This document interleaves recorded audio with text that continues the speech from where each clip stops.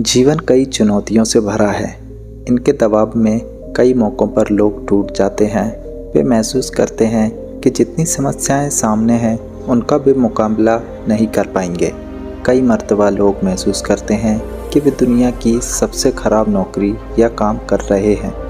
कुछ महसूस करते हैं कि इस पूरी दुनिया में सबसे असाध्य बीमारी उन्हें ही घेरे हुए है। वे जिस अवस्था से गुजर रहे हैं उस तरह की तकलीफ दुनिया में किसी को भी नहीं है। जीवन में कभी कभी ऐसा समय आता है जब हमें लगता है कि जितनी बुरी स्थिति में हम हैं कोई दूसरा नहीं हो सकता। तो इसे हम एक गौतम बुद्ध की कहानी से समझते हैं। कहानी छोटी सी है लेकिन यह कहानी आपको बहुत कुछ सिखा देगी। इससे पहले कि आप कहानी में खो जाएं, इस चैनल को सब्सक्राइब जरूर कर लें। तो बिना किसी देरी के कहानी शुरू करते हैं।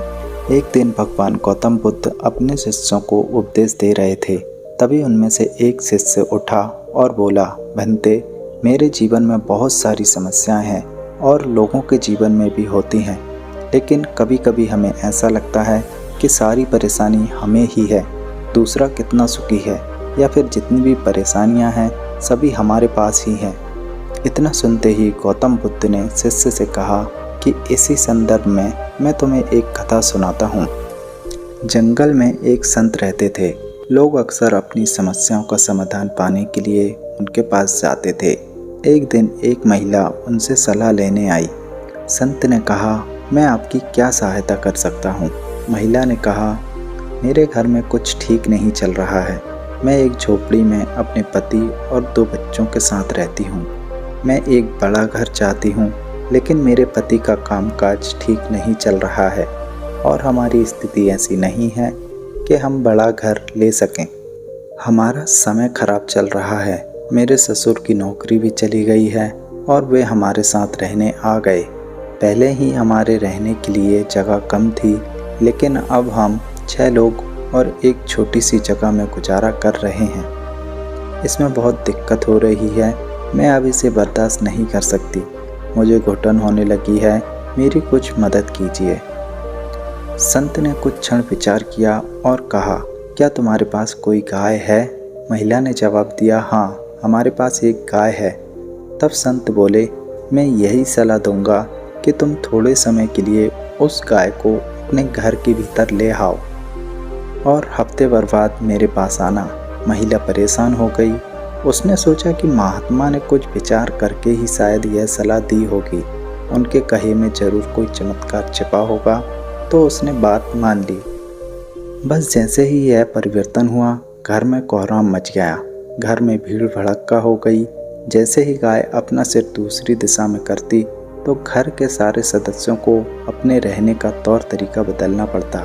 घर में बदबू के कारण रहना दूभर हो गया था। रात को समय असमय गाय रम्हाने लगती और सभी की नींद खुल जाती।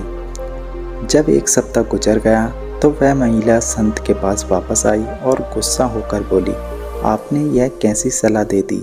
मैं आपके पास इसलिए आई थी कि चीज़ें ठीक हो जाएं, लेकिन वे तो और भी खराब हो गई। आपकी सलाह मेरे किसी काम ना आई। संत ने शांति से सोचा और फिर बोले, क्या तुम्हारे घर में कोई मुर्गी है? महिला ने कहा, हाँ। संत बोले, उसे भी 1 हफ्ते के लिए अपनी झोंपड़ी में ले लो। महिला के समझ में नहीं आया कि इससे क्या फ़र्क पड़ेगा, लेकिन जब स्थिति पहले से ख़राब थी तो कुछ तो करना ही था। उसने सोचा कि जब पूरे गांव को संत सलाह से फ़ायदा पहुंचता है तो मुझे भी उनकी बात माननी चाहिए। घर आकर उस महिला ने संत के कहे अनुसार ही किया। उसने घर में एक मुर्गी भी रख ली। अगले कुछ दिनों में मुर्गी ने बच्चे दे दिए और पूरे घर में मुर्गियां ही मुर्गियां हो गई। अब तो यह जगह बिल्कुल नर्क हो चुकी थी। अगले हफ्ते वह महिला फिर संत के पास पहुंची और रोते हुए बोली, लगता है आपका सिर फिर गया है। आपकी सलाह ने मेरा जीवन नर्क बना दिया है। अब तो उस झोंपड़ी में रहना संभव ही नहीं है। गाय के कारण पूरे घर में बदबू आती है। मुर्गियों ने जीना मुहाल कर दिया है। घर के सभी लोग शिकायत करते हैं कि यहाँ रहना कितना कठिन है। खाना पीना सब कुछ दुश्वार हो गया है। मेरे पति अब मुझसे रोज़ झिकझिक करते हैं कि घर की क्या हालत हो गई है और कहते हैं कि यह मेरा किया धरा है। संत ने कहा, पुत्री घर जाओ, आखिरी सलाह और मान लो, गाय और मुर्गी को घर से बाहर कर दो। इस बार महिला ने सलाह इसलिए मान ली क्योंकि उससे कुछ तो बदल रहा था। वह घर आई और उसने गाय और मुर्गी को बाहर कर दिया। एक सप्ताह बाद जब वह महिला संत के पास आई, तब संत ने उससे पूछा, अब जीवन कैसा चल रहा है? महिला ने कहा, आभारी हूँ, आप बहुत विद्वान हैं, अब जीवन बहुत शांतिपूर्ण हो गया है।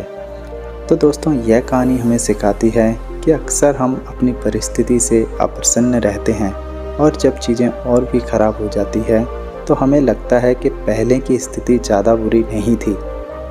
आध्यात्मिक मार्ग पर आगे बढ़ते हुए हमें यही सीखने की ज़रूरत है कि जो भी हमारे साथ घटता है उसे स्वीकार करें।